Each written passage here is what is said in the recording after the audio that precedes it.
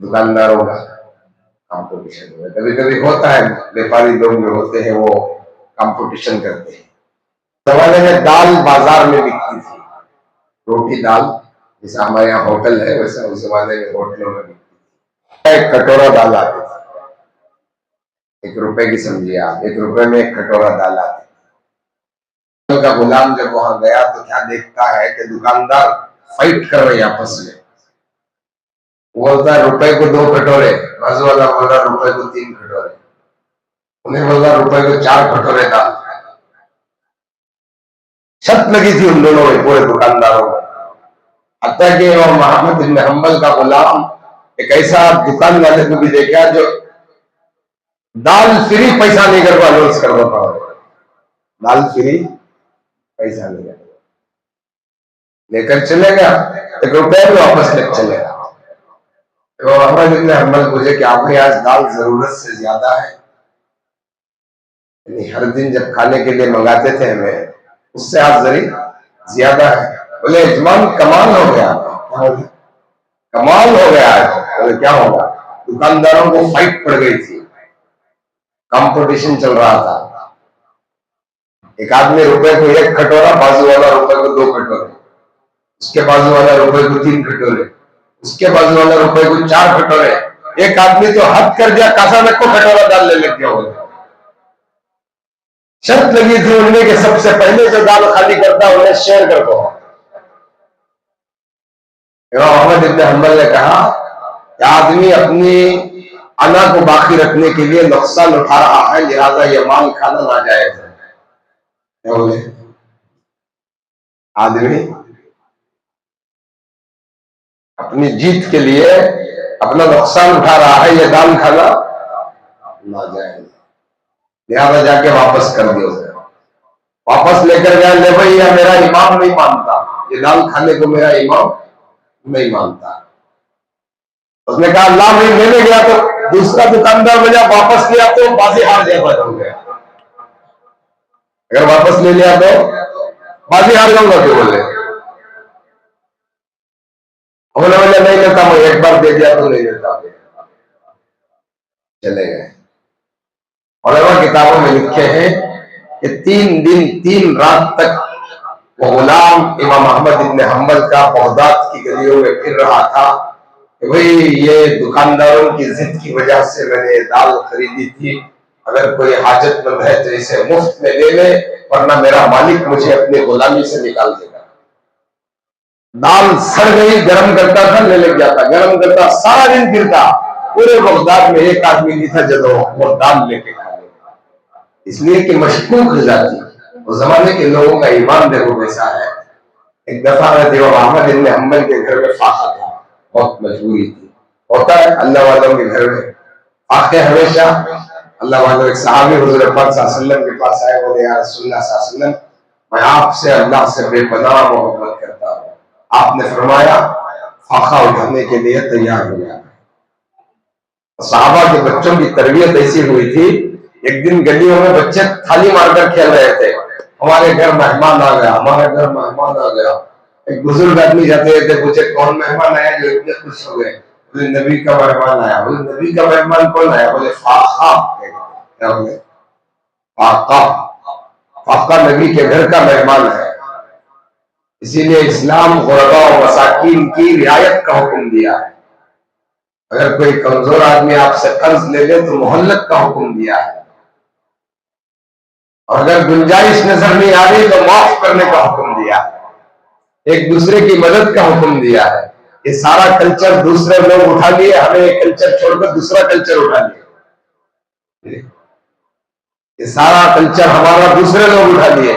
उनके कौम में अगर कोई एक आदमी गरीब होता है तो वो सारे लोग मिलकर उसे चंदा देकर फिर उसे डेवलप कर लेते हैं।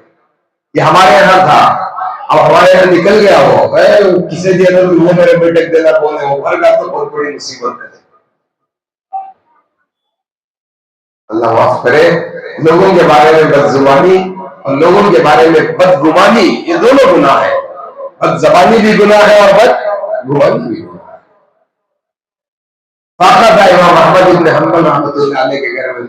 अलग घर में रहता, कौन के दिखाते कौन की नहीं दिखाते। हर घर में होता, वन भी मैं क्या भी फुल फ्री उनको बोला सरकार के बहुत कम लोग हैं जिनको अल्लाह साथ दे तो रहा है, वरना 95% लोगों की हालत क्या है तो कपड़े अच्छे ही अंदर से परेशान रहता है। ठीक है, लोग क्या नाम में पेट्रोल भर के लग जाए महंगा हो जाता है। सोच दो कैसी है, कल तक के जीने की जिसे उम्मीद नहीं है उन्हें सदियों का सामान रेडी रख रहा है। तो उमर बिन अब्दुल अजीज रहमतुल्लाह अलैह के जमाने में उनके घर में खुतबा आ गया, क्या आ गया, ईद आ गई। उमर बिन अब्दुल अजीज रहमतुल्लाह अलैह बादशाह थे ना, क्या थे, बादशाह थे। बीवी बोली, अच्छा बीवी कौन मालूम, उनकी बादशाह की बेटी थी,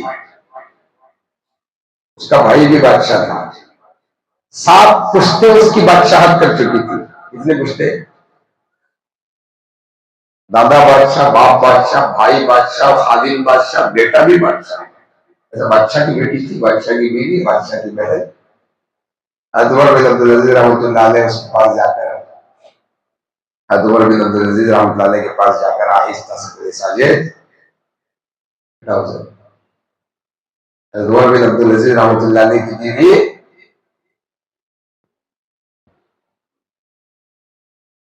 कान में जाकर बोली, सबा खुतबा बच्चा का, गली में सारे बच्चे कपड़े पहनने करने, बादशाह के बच्चे कपड़े पहनेंगे कैसा, छात्र को कपड़े दिलाओगे, गलत भी नहीं ना हो, आपकी बीवी आपके बच्चों को कपड़े लाओ तो क्या गलत है, बादशाह की बेटी थी, बादशाह की बीवी थी।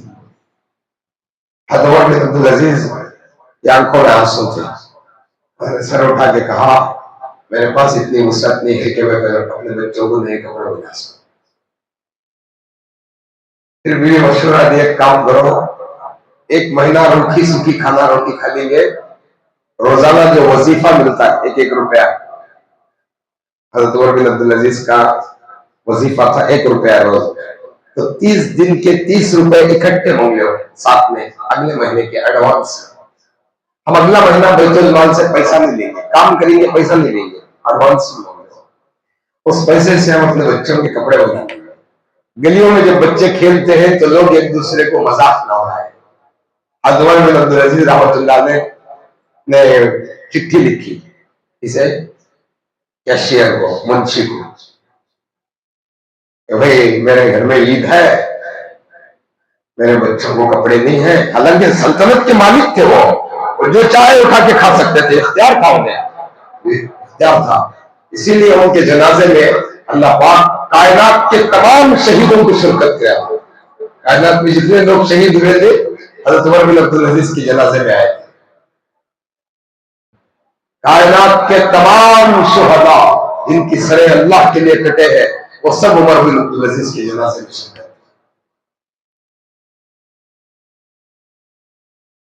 उमर बिन अब्दुल अजीज रहमतुल्लाह अलैह खत लिखी, चिट्ठी लिखी, कैशियर को देखोगे, कैशियर पैसे भी लाया, चिट्ठी भी लाया और एक बुक लाया, उसमें लिखा हुआ था, अमीरुल मोमिनीन आप ही का सिखाया हुआ सबक है, हुजूर पाक सल्लल्लाहु अलैहि वसल्लम का फरमान है, अपनी जिंदगी पर इतना भी भरोसा ना करो कि एक सलाम से दूसरे सलाम की भी उम्मीद न रखो।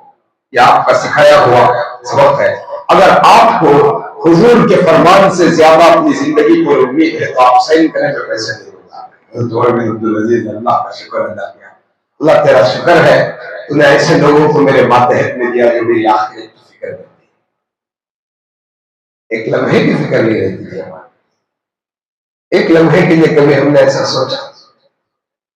फाखा सहाबा का और अल्लाह के बुजुर्गों के घरों की जीनत थी।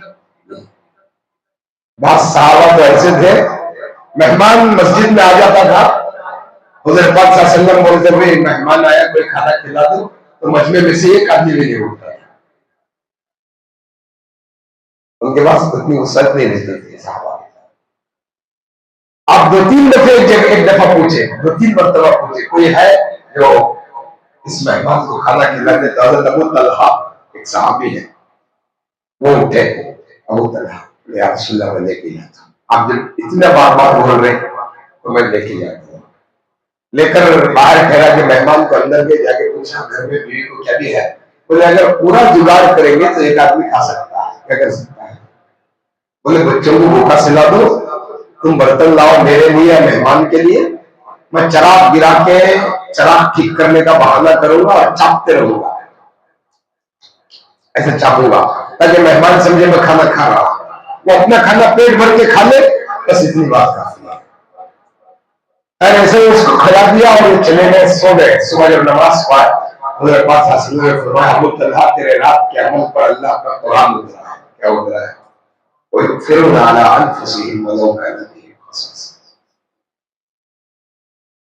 ऐसे भी तेरे गुलाम है जो अल्लाह के लिए ऐसा खिलाने वाले। फाका तो उनके घर की जीनत थी।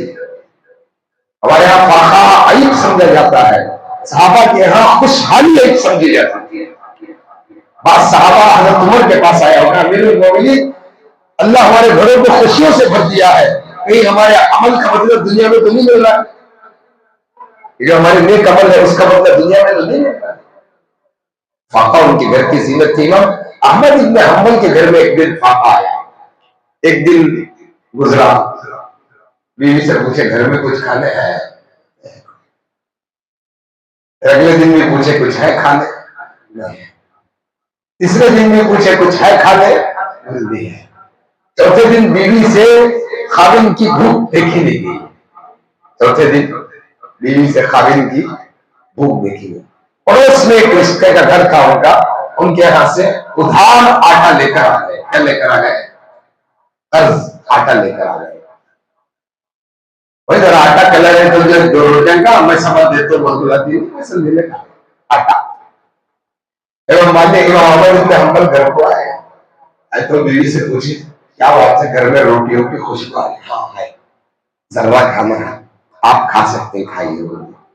इमाम अहमद इब्न हंबल एक तो 4 दिन के भूखे थे, हाथ धोने बैठते बैठते पूछे घर में तो राशन नहीं था, आया कहां से? बोले मैं फलां के घर से कर्ज लेकर आई। इमाम अहमद इब्न हंबल ने कहा उसकी कमाई तो मशकूक है। क्या है उसकी कमाई? मशकूक है, मैं ये रोटी नहीं खा सकता। बात कर रहे थे, इतने में एक फकीर दरवाजे पे दस्तक दिया। इमाम अहमद इब्न हंबल ने दरवाजा खोला, बोले 4 दिन का भूखा हूं, मेरे को कुछ दे दो खाने अगर है तो। इमाम अहमद इब्न हंबल वो रोटी उठाई और फकीर से कहा देखो ये वो रोटी है जो फलां के घर से लाई गई है कर्ज मुझे खिलाने के लिए, लेकिन मुझे उसकी कमाई पर शक है, मुझे उसकी कमाई पर मैं तो ये नहीं खाता, अगर तुम तेरा दिल करे तो ये खा ले। उस जमाने के फकीर ऐसे थे, कहने लगे इमाम अहमद इब्न हंबल जो रोटी मेरे इमाम के लिए हलाल थी वो मेरे लिए कैसे हलाल हो सकती है? जो रोटी मेरे इमाम के लिए दुरुस्त नहीं है वो मेरे लिए कैसे दुरुस्त? इमाम अहमद इब्न हंबल वो रोटी रखकर अपना दुख अल्लाह को सुनाने मस्जिद चले गए। शाम को वापस आए, बीवी से पूछा क्या किया उस रोटी का? कहने लगे तुम भी नहीं खाते, फकीर भी नहीं लेता, करो तो क्या करो, मैंने रोटी के टुकड़े बना के दरियाए दजला में डाल दिए। एक बहुत बड़ी दरिया थी दरियाए दजला, उसमें डाल दिया। इमाम अहमद इब्न हंबल रहमतुल्लाह अलैह अपनी मौत तक दरियाए दजला की मछली नहीं खाई, इसलिए कि वो मछली ये मशकूक रोटी खाकर है जी। अपनी सारी जिंदगी इमाम अहमद इब्न हंबल उस दरिया की मछली को हाथ भी नहीं लगाया, इसलिए कि वो मछलियां ये रोटी के टुकड़े कहीं खाए पिए। आदमी जब अल्लाह का ताल्लुक आदमी के दिल में उतर जाता है तो आदमी ऐसी चीजों से भी परहेज। हमारे यहाँ कोई परहेज नहीं है, ना इमाम का ना मुख्तदी का, मजे का होना अच्छा मैं भी होता है, आप भी होता है। हम सब अल्लाह की अदालत के मुजीब हैं, हम सब अल्लाह की अदालत के मुजीब हैं। डर नहीं है आदमी को उस वक्त का जिस वक्त अकेला आदमी सोया रहता है। उन लोगों को डर था उस वक्त का, ये वो जिंदगी बनाए जिस जिंदगी से अल्लाह पाक खुश होते हैं। अल्लाह से दुआ है अल्लाह पाक मुझे और आपको शुक्रिया। अल्लाहुम्मा सल्ली अला सय्यिदिना व मौलाना मुहम्मदिन नबिय्यिल उम्मी व अला आलिहि व बारिक वसल्लिम। अल्लाह हमारे गुनाहों को माफ फरमा, खताओं को दरगुजर फरमा। अल्लाह काबिरीन बुजुर्गों की जिंदगी हमें नसीब फरमा, हलाल हराम की तमीज हमें नसीब फरमा। अल्लाह जन्नत में जाने वाली जमातों में हमारा शुमार फरमा, दोजख में जाने वाले लोगों में हमारा शुमार न फरमा। पूरे आलम में उम्मत कर रहे फैसले फरमा। अल्लाह मुबारक महीना, मुबारक वक्त, मुबारक घड़ी, मुबारक जगह, मुबारक वक्त है कुरान की तिलावत, तेरे दीन की कुछ लम्हे बात सुनी सुनाई गई है। परवरदिगार तेरी ही बड़ाई की बातें हैं, तेरी बड़ाई से तो बहुत खुश होता है। अल्लाह अगर हमारी बड़ाई करने से तुझे खुशी हुई है तो अल्लाह हमारी मग़फ़िरत फरमा, अल्लाह हमारी मग़फ़िरत फरमा, हमारे इलाके की मग़फ़िरत फरमा, हिदायत की हवाओं को आम फरमा, अल्लाह ज़लालत को खत्म फरमा, बेदीनी को खत्म फरमा, हलाल हराम की तमीज नसीब फरमा। क्या पढ़े लिखे क्या अनपढ़ इसमें सब डूबे हुए हैं, अल्लाह सबकी मदद फरमा, सबकी मदद फरमा। हमारी नमाजों और दुआओं में इजाजत फरमा, हमारी जरूरतों को अपने खजाने से पूरा फरमा। मालिक हमारी दुआओं को हज़रत रसूल पाक सल्लल्लाहु अलैहि वसल्लम में कबूल फरमा। अल्लाहुम्मा सल्ली अला मुहम्मदिन नबिय्यिल उम्मी व अला आलिहि व वसल्लम। अल्हम्दुलिल्लाह।